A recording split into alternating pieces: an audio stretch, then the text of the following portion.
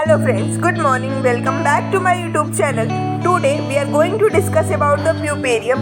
हम लोगों ने अपने पिछले वीडियो में बात किया था लेबर और उसके डिफरेंट स्टेजेस के बारे में और उसके मैनेजमेंट कैसे होते हैं. तो हम बात करेंगे आज प्यूपेरियम के बारे में. तो प्यूपेरियम को हम लोग कैसे डिफाइन कर सकते हैं. तो प्यूपेरियम एक स्टेज होता है from the child birth till the 6 week of the period. Means कि जब चाइल्ड बर्थ हो जाता है वहाँ से ले करके जो 6 वीक तक होता है टाइम, उसको बोलते हैं प्यूपेरियम. यहाँ पे एनाटॉमिकली और फिजियोलॉजिकली चेंजेस होते हैं मदर के पेल्विक ऑर्गन्स में. वो सब ऑर्गन्स जो कि प्रेग्नेंट स्टेजेस में चेंज हुए हैं, उनमें कुछ न कुछ बदलाव आए हैं, वो सारे ऑर्गन्स प्री प्रेग्नेंट स्टेट में जाते हैं. तो देखते हैं इन्वोल्यूशन क्या होता है. इन्वोल्यूशन एक ऐसा प्रोसेस होता है जिसमें जेनाइटस ऑर्गन रिवर्ट बैक होते हैं प्री प्रेग्नेंट स्टेट में, तो उसको बोलते हैं इन्वोल्यूशन. इन्वोल्यूशन का ड्यूरेशन हम लोग इसको 3 पार्ट में डिवाइड किए हैं. पहला होता है इमीडिएट, सेकेंड है अर्ली और थर्ड है रिमोट. जो हमारा इमीडिएट होता है वो इमीडिएट पीरियड, इमीडिएट वर्ड से ही पता चल रहा है कि तुरंत. तो चाइल्ड बर्थ के बाद कुछ चेंजेस आ जाते हैं मदर के पेल्विक ऑर्गन्स में, उसको बोलते हैं इमीडिएट, जो कि 24 आवर के अंदर आते हैं. लाइक जब चाइल्ड बर्थ हो जाता है, प्लेसेंटा निकल जाता है, तो यूट्रस में कुछ चेंजेस आते हैं, कुछ चेंजेस सर्विक्स में आते हैं. तो वो जो इमीडिएट चेंजेस आते हैं उसको बोलते हैं हम इमीडिएट चेंजेस. फिर जो नेक्स्ट है अर्ली. अर्ली का मतलब है कि पहले के 7 दिनों में चेंजेस होते हैं, उसको हम बोलते हैं अर्ली पीरियड. और थर्ड है रिमोट. रिमोट में जो 6 वीक्स तक होता है, मीन्स कि प्यूपेरियम का पूरा स्टेज चाइल्ड बर्थ से ले करके 6 वीक तक जो चेंजेस होते हैं उसको हम बोलते हैं रिमोट पीरियड. राइट, आप लोग को समझ में आ गया होगा इतना. तो हम लोग अब नेक्स्ट बात करते हैं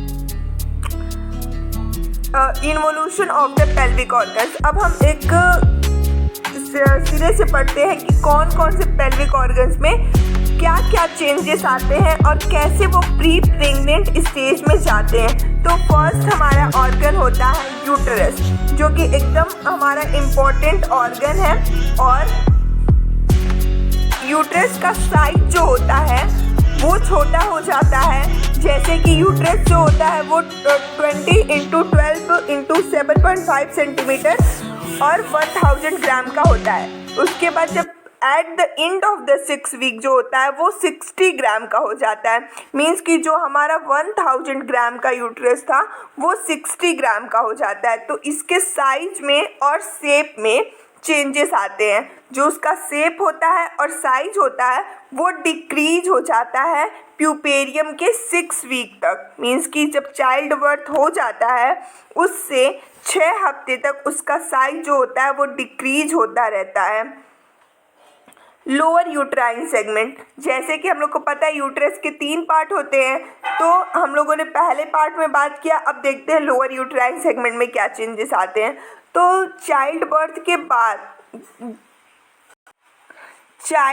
के तुरंत बाद, मीन्स कि डिलीवरी के तुरंत बाद जो यूट्रस का लोअर यूट्राइन सेगमेंट होता है वो फ्लैबी होता है और उसका स्ट्रक्चर जो होता है वो कोलैप्स्ड होता है. उसके बाद से कुछ हफ्ते बाद इस्थमस और जो लोअर यूट्राइन सेगमेंट है वो अपने नॉर्मल सही शेप एंड साइज में आता है. जैसे कि लोअर यूट्राइन सेगमेंट और इस्थमस दोनों आके एक दूसरे में मिल जाते हैं प्रेग्नेंट स्टेज में. लेकिन तो जब चाइल्ड बर्थ हो जाता है उसके बाद लोअर यूट्राइन सेगमेंट और इस्थमस दोनों अपने अलग अलग अपनी पोजीशन पे आते हैं. कब आते हैं? चाइल्ड बर्थ के कुछ हफ्ते बाद आते हैं. और जो सर्विक्स होता है वो धीरे धीरे कॉन्ट्रैक्ट होता है और कॉन्ट्रैक्ट होने के बाद से क्या होता है कि अब पहले 2 फिंगर्स हम लोग एडमिट कर लेते हैं, लेकिन तो 1 हफ्ते बाद सिर्फ एक ही फिंगर सर्विक्स में एडमिट होती है. राइट, नेक्स्ट हम लोग बात करते हैं क्या क्या फिजियोलॉजिकल कंसिडरेशन होती है.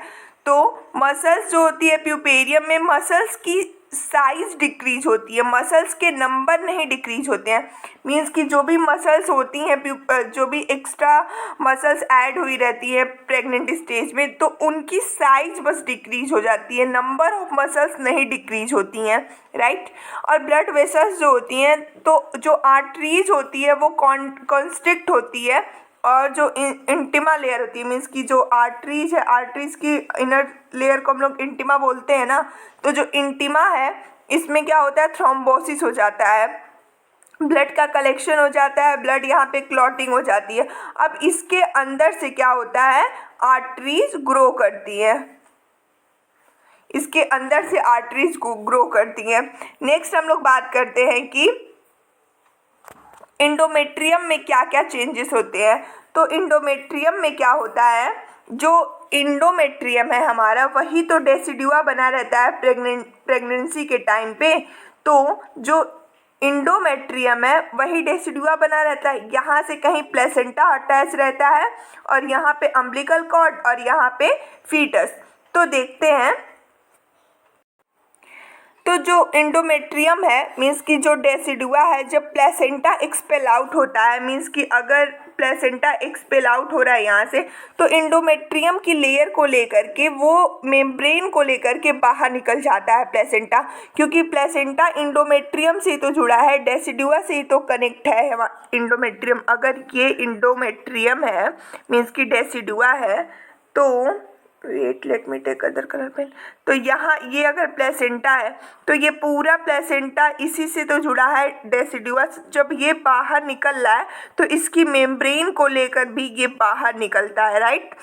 तो जब ये मेम्ब्रेन को लेकर पूरा बाहर निकल जाता है, तो इसका रीजनरेशन कब स्टार्ट होता है, 7th डे पे, मीन्स कि 7वें दिन पे डेसिडुआ का। तो डेसिडुआ वो रहा नहीं, अब हम उसको क्या बोलेंगे, इंडोमेट्रियम बोलेंगे। तो इंडोमेट्रियम का जो रीजनरेशन होता है वो कब स्टार्ट होता है, इसका रीजनरेशन स्टार्ट होगा 7वें दिन, राइट। और जो इसके एपिथेलियम लाइनिंग होती है, इंटरग्लैंडुलर स्ट्रोमल सेल्स होते हैं, मीन्स कि यहाँ पे जो इंट्राग्लैंडुलर सेल्स होते हैं वो 10वें दिन तक आ जाते हैं इंडोमेट्रियम के अंदर, और पूरा इंडोमेट्रियम जो है वो 16 डे में जनरेट हो जाता है, रीजनरेट हो जाता है 16वें दिन तक, राइट। और अगर हम बात करें कि जो यहाँ से, जहाँ से प्लेसेंटा अटैच है, इस साइड की बात करें, तो ये साइड जो है वो कब रीजनरेट होता है, ये साइड रीजनरेट होता है हमारा 6 वीक में। ये साइड सबसे ज़्यादा टाइम लगाता है रीजनरेट होने में, ये रीजनरेट होता है 6वें वीक में। इसको टाइम लगता है रीजनरेट होने में, क्योंकि यहाँ से प्लेसेंटा अटैच होता है। तो इस साइट को रीजनरेट होने के लिए 6 हफ्ते का टाइम पीरियड लगता है, राइट। तो इंडोमेट्रियम एक बार रिवाइज करते हैं। इंडोमेट्रियम जो होता है वो वही डेसिडुआ फॉर्म होता है प्रेग्नेंट स्टेज में। जब वो डेसिडुआ फॉर्म हो जाता है, तो प्लेसेंटा के साथ जब चाइल्ड बर्थ होता है, तो डेसिडुआ की मेम्ब्रेन्स जो होती हैं वो बाहर निकल जाती हैं, कास्ट ऑफ हो जाती हैं। उसके बाद जो इंडोमेट्रियम की मेम्ब्रेन्स हैं, इंडोमेट्रियम की लेयर्स है, वो रीजनरेट होना स्टार्ट कर देती है 7वें दिन में। और जो एपिथेलियम, इंडोमेट्रियम की जो एपिथेलियम सेल्स है, उसके इंट्राग्लैंडुलर स्ट्रोमल सेल्स है, वो रीजनरेट होते हैं 10वें दिन पे। और जो इंडोमेट्रियम पूरा उसका सेल्स है वो रीजनरेट हो जाता है 16 डे पे। लेकिन तो जो प्लेसेंटा साइट है, जहाँ से प्लेसेंटा बना था, जहाँ से अटैच था प्लेसेंटा डेसिडुआ से, उस साइट का रीजनरेशन होता है 6 वीक में। मीन्स कि 6 वीक में वो साइट रीजनरेट होती है जहाँ से प्लेसेंटा अटैच था। अब लोग बात करते हैं हाइट के बारे में। तो जैसे कि जब यूट्रस चाइल्ड बर्थ हो जाता है, तो जो यूट्रस जो है वो डायफ्राम लेवल से थोड़ा सा नीचे ही रहता है, क्योंकि जब लाइटनिंग, तो जो यूट्रस रहता है वो, अगर हम तुरंत चाइल्ड बर्थ के बाद देखते हैं, तो ये एबव द सिम्फाइसिस प्यूबिस रहता है, जो कि 13.5 होता है, राइट। तो ये इसकी हाइट जो होती है, अगर हम हाइट लेते हैं तो ये 13.5 रहता है, little bit above the symphysis pubis. और ये 24 आवर तक रिमेन कांस्टेंट, मीन्स कि 24 आवर तक वहीं रहता है, मीन्स हल्का सा सिम्फाइसिस प्यूबिस से ऊपर रहता है। और धीरे धीरे 24 आवर के बाद धीरे धीरे ये कितना डिक्रीज होता है, 1.25 सेंटीमीटर ये डिक्रीज होता है, मीन्स कि टूवर्ड द सिम्फाइसिस प्यूबिस आता है, ये और नीचे आता है और नीचे आता है। और at the end of the second week, means दूसरे हफ्ते में ये पेल्विक ऑर्गन बन जाता है। कौन? यूटेरस बन जाता है। तो at the end of the second week, let me erase all these things so you can clear। अगर ये हमारा सिम्फाइसिस प्यूबिस है और let me take other colour pen, और ये हमारा यूट्रस है, तो ये धीरे धीरे धीरे धीरे करके नीचे आता है और ये पेल्विक ऑर्गन बन जाता है। कब बनता है ये पेल्विक ऑर्गन? सेकेंड वीक में ये पेल्विक ऑर्गन बन जाता है, यूट्रस। नेक्स्ट हम लोग बात करते हैं involution of the other pelvic structures, means कि अब तक हम लोग बात कर रहे थे यूट्रस के बारे में, उसका एनाटॉमिकली कैसे चेंज हुआ। तो अदर पेल्विक ऑर्गन्स में क्या क्या चेंजेस होते हैं, पहला हम लोग बात करने वाले हैं वजाइना। तो जो वजाइना को इन्वोल्यूट होने में, मीन्स रिवर्ट बैक आने के लिए 6 to 10 वीक्स लग जाते हैं। तो जो म्यूकोसा लेयर्स होती है उसकी वो फर्स्ट वीक में वो उसमें कंजेशन रहता ही है, उसमें वीनस कंजेशन रहता है, जैसा कि हम लोग प्रेग्नेंट स्टेज में पढ़े थे कि वजाइना का ब्लूइश डिस्कलरेशन हो जाता है क्योंकि उसमें वीनस कंजेशन हो जाता है। तो वो जो फर्स्ट फ्यू वीक्स होते हैं उसमें वो हल्के रहते हैं, फिर उसके बाद से जब 6 वीक्स तक होते हैं तो वो नॉर्मल हो जाते हैं। जो इसमें ब्रॉड लिगामेंट और राउंड लिगामेंट होते हैं उनमें उनको टाइम लगता है रिकवर आने के लिए, क्योंकि उसमें स्ट्रेचिंग होती है, फिर रिलैक्सेशन होता है, फिर वो अपने प्री प्रेग्नेंट स्टेज में वापस जाते हैं। तो ये था सारा हमारा पोस्ट पार्टम स्टेट के बारे में, जिसको हम लोग प्यूपेरियम बोलते हैं, इन्वोल्यूशन बोलते हैं। तो आई होप आपको ये वीडियो पसंद आई हो। अगर आपको ये वीडियो पसंद आई हो तो दोस्तों से शेयर करना ना भूलें, और हाँ, लाइक और सब्सक्राइब करना तो ना भूलें।